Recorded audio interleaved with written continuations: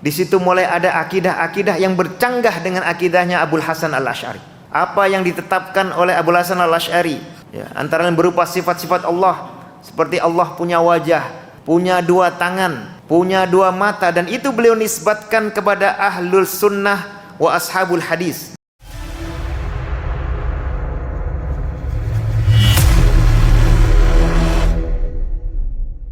Alhamdulillah, ini soalan agak rumit mengenai akidah dan firqah, ya, mengenai sekte-sekte di dalam perkara akidah. Beliau bertanya mengenai perbedaan Asy'ariyah mutaqaddimin dan Asy'ariyah mutaakhirin.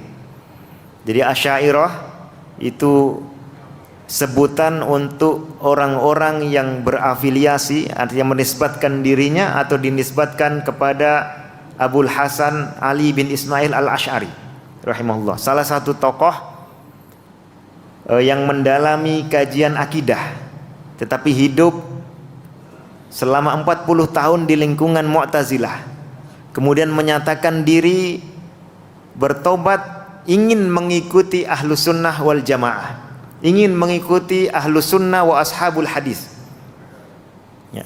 Beliau kemudian belajar dengan Zakaria As-Saji, lalu belajar lagi dengan para ulama Hanabilah di Baghdad, lalu menyatakan diri ingin mengikuti akidahnya Imam Ahmad bin Hanbal. Terlepas apakah sudah sesuai secara 100% ataukah masih banyak benda-benda yang kurang, tapi beliau punya semangat dan keinginan untuk menjadi Ahlus Sunnah, untuk ikut dengan imamnya Ahlus Sunnah, yaitu Imam Ahmad bin Hanbal.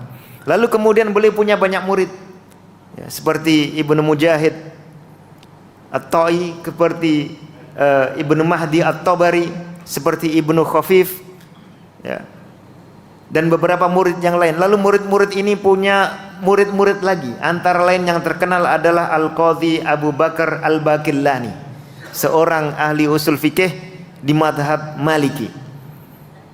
Lalu kemudian di antara murid dari murid-muridnya adalah Abu Bakar Ibnu Furuq, salah seorang tokoh di wilayah timur.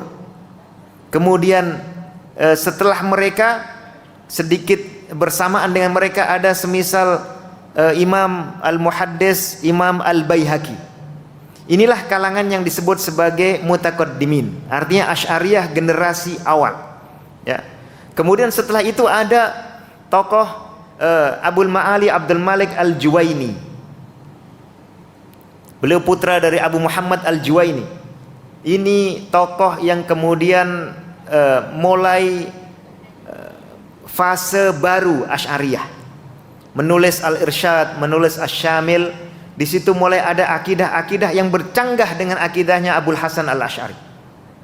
Apa yang ditetapkan oleh Abul Hasan Al-Asy'ari, ya, antara lain berupa sifat-sifat Allah, seperti Allah punya wajah, punya dua tangan, punya dua mata, dan itu beliau nisbatkan kepada ahlul sunnah wa ashabul hadis dalam kitab beliau Maqalat al-Islamiyin, karena memang waktu itu beliau sudah berguru kepada Zakaria As-Saji, salah satu tokoh ulama ahlus sunnah. Beda dengan semasa beliau nulis Al-Luma', ya, walaupun masih proses, hal-hal semacam ini mulai diragukan atau dinafikan oleh Al-Juwaini. Beliau takwilkan ayat-ayat itu sehingga tidak menunjukkan sifat Allah. Kenapa? Karena sifat-sifat ini tidak ditetapkan, sehingga ayat yang menunjukkan sifat-sifat itu kemudian ditakwil. Lalu di akhir hayatnya Al-Juwaini menulis Risalah An-Nidhamiyah, Risalah An-Nidhamiyah, mengatakan bahwa takwil yang sudah beliau ucapkan di Al-Irsyad dan Asy-Syamil itu laisa biwajib wala jaiz, tidak wajib sekaligus tidak harus, tidak boleh. Artinya takwil ini dilarang, tapi kemudian beliau mengatakan kita melakukan tafwid, dipasrahkan maknanya kepada Allah. Artinya tidak pula ditetapkan bahwa ayat itu menunjukkan sifat-sifat Allah tersebut. Ini mulai Asy'ariyah setelah mutaqaddimin fase awal. Al-Juwaini punya banyak murid, antara lain Abu Hamid Al-Ghazali, antara Abul Qasim Al-Ansari, ya, Al-Maziri. Kemudian murid-murid ini juga punya murid-murid yang lain. Rata-rata semua mengikuti konsep baru yang dibuat oleh Al-Juwaini. Afallahu anna wa anhu. Kemudian di masa-masa setelahnya, ya, antara lain misalnya di masa Al-Juwaini tadi, lalu setelah itu masa Al-Ansari, setelah masa Al-Ansari masanya Abdiya, gurunya ayahnya Ar-Razi adalah Abu Abdillah Ar-Razi ini yang kemudian juga membuat fase baru di kalangan Asy'ariyah. Mulai memasukkan beberapa ajaran yang diterima dari falasifah, dari filsafat. Lalu kemudian punya kaidah yang semakin melemahkan dalil nakli, mengatakan bahwa dalil nakli termasuklah Al-Quran, bukan hanya hadis-hadis, itu tidak mendatangkan keyakinan. Sebab apa? Ada 10 tahapan yang harus dilalui. Lalu tahap yang ke-10 ini tidak bisa dipastikan, sehingga dalil sam'i, Quran dan sunnah itu, kata beliau, tidak dapat mendatangkan keyakinan. Seandainya pun dianggap mendatangkan keyakinan secara teori saja, tapi secara praktik syarat-syarat ini tidak bisa dipenuhi. Jadi ini fase yang semakin jauh dari Al-Quran dan As-Sunnah secara dalil. Tapi kemudian beliau di akhir hayat sudah rujuk dari pendirian semacam ini, bahkan mengatakan bahwa saya sudah menelusuri aneka macam metode kalam dan filsafat, tapi metode-metode itu tidak mampu memuaskan dahaga, tidak mampu mengobati sakit, artinya tidak mendatangkan kepuasan secara intelektual. Bahkan mengatakan tidak sama faedahnya dan jauh dari faedah yang didatangkan oleh Al-Quran. Kata beliau apa? Fa innahu, karena Al-Quran itu yusallimul 'azamata lillahi ta'ala. Karena Al-Quran ini dari awal sampai akhir menyerahkan pengagungan mutlak kepada Allah, dan memang itu yang benar.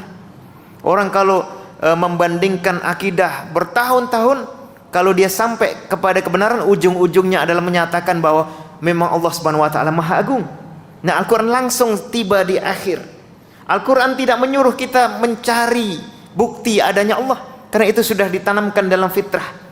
Dan fitrah ini menjadi modal dari ilmu yang bermanfaat, akal yang sehat, serta keinginan dan kehendak yang sehat.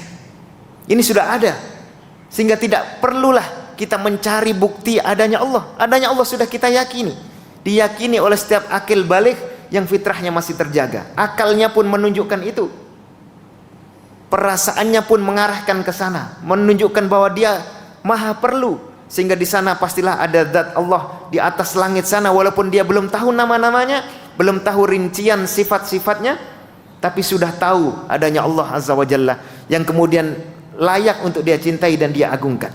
Nah, Ar-Razi di akhir hayatnya sampai kepada kesimpulan seperti ini.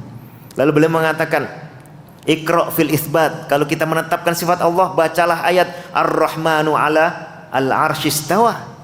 Waqra' fil nafyi, dan bacalah dalam menafikan apa yang tidak layak bagi Allah, ayat apa? Lam yakun lahu kufuwan ahad. Cukup dengan apa yang ada di Al-Quran itu. Dulu beliau menyatakan dalil sam'i termasuk Al-Quran tidak meyakinkan. Ada banyak prosedur yang harus dilalui, dan ini sulit atau tidak mungkin diwujudkan. Di akhir hayat beliau mengakui yang paling meyakinkan itu justru Al-Quran. Jadi ini fase Asy'ariyah yang berikutnya. Tadi kalangan mutaqaddimin, mulai dari Abu Hasan Al-Asy'ari dan termasuk Al-Qadhi Al-Baqillani, beliau Asy'ari yang paling utama. Mereka inilah kalangan fudhalaul Asy'ariyah. Asy'ariyah yang fudhala, yang fadil-fadil.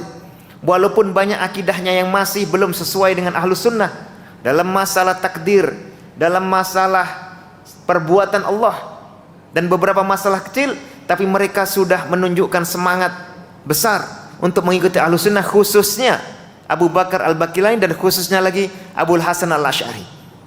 Tapi kemudian ada kelompok Asy'ariyah baru yang merupakan insiden di dalam sejarah mazhab Asy'ari, mulai dari Al-Juwaini, kemudian nanti fase Ar-Razi yang semakin jauh dari dalil sam'i. Dan ketika jauh dari dalil sam'i, memangnya juga jauh dari dalil akli. Banyak terbukti Ar-Razi melancarkan kritik kepada Al-Juwaini, ya, kaidah-kaidah dan filsafat dan teori-teori yang dikatakan qat'i secara akli ternyata dibantah habis oleh Ar-Razi dan Al-Amidi, dan bantahannya itu tidak bisa dijawab sampai sekarang. Jadi dalam sejarah perbedaan antara Asy'ariyah mutaqaddimin dan yang setelahnya. Yang pertama ini punya secara umum, walaupun masing-masing person beda. Ibnu Furaq tidak sama dengan Al-Baqillani. Al-Baqillani tidak sama dengan Al-Asy'ari. Semakin lebih jauh, semakin kuat semangatnya untuk mengikuti Ahlus Sunnah dan Ashabul Hadis. Lalu di masa ketika Al-Juwaini dan kemudian fase Ar-Razi semakin menjauh dari konsep-konsep yang didirikan oleh Abul Hasan Al-Asy'ari ini dalam kaitannya dengan dalil sam'i, dalam kaitannya dengan semangat untuk mengikuti para a'immah Ashabul Hadis. Jadi kalau kita ingin berdakwah kepada Asy'ariyah, kita boleh gunakan Asy'ariyah Mutaqaddimin ini. Kita boleh gunakan misalnya akidah Ahlus Sunnah yang dinyatakan sendiri oleh Abul Hasan Al-Asy'ari rahimahullah di dalam kitab yang disepakati oleh semua orang, yaitu kitab Maqalatul Islamiyin. Apalagi kalau dia mengakui kitab Al-Ibanah, dan kitab Ibanah ini selama ratusan tahun diakui oleh para ulama, termasuk oleh kalangan Asy'ariyah sendiri seperti Ibnu Asakir dan yang lainnya, bahkan disyarah oleh Al-Baqillani dan diakui oleh Imam Al-Baihaqi. Sehingga kita boleh mendekatkan mereka kepada Fudhalaul Asy'ariyah. Kalau kemudian sudah mengakui apa yang dinyatakan oleh Abul Hasan Al-Asy'ari, lebih bisa pula kita dekatkan kepada akidahnya Imam Ahmad bin Hanbal, kepada akidah As-Salafus Saleh. Dan inilah perbedaannya. Ya, sudah cukup, Ustaz? Ya, itu secara umum seperti itu. Jadi madhab Asy'ari bukan satu madhab. Tidak boleh kita nilai dengan satu nilai. Ini semacam madhab-madhab yang banyak. Tapi kita boleh tunjukkan, kita boleh dekati akidah yang kebetulan keliru dengan akidah yang benar yang diucapkan oleh salah satu tokoh Asy'ariyah. Dan itu perkara yang sangat banyak. Atau kalau dia punya jiwa yang lapang, punya jiwa yang ilmiah, dia tidak lagi taksub, tidak lagi fanatik dengan madhab, dia tidak akan posisikan ini sebagai madhab yang kita tidak boleh keluar, tapi dia posisikan ini sebagai salah satu madhab yang biasa saja dibanding madhab-madhab yang lain. Lalu dia punya semangat mengikuti para sahabat, mengikuti para tabi'in, mengikuti a'immatul mutaqaddimin seperti Imam Ahmad, Imam Bukhari, Imam Sufyan Ats-Tsauri, Ibnul Mubarak, Ishaq bin Rahuyah, Imam Asy-Syafi'i, Imam Malik bin Anas, Imam Sufyan ibnu Uyainah dan yang lainnya. Maka dengan mudah pula kita bisa tunjukkan masih banyak warisan akidah dari generasi as-salaf as-salih dan a'immah mutaqaddimin yang disepakati oleh umat sepanjang sejarah sebagai tokoh-tokoh yang mulia. Kita bisa suruh dia untuk langsung mengikuti mereka, lalu justru menjadikan itu sebagai penimbang, alat ukur, tolok ukur untuk akidah-akidah yang muncul belakangan. Wallahu a'lam.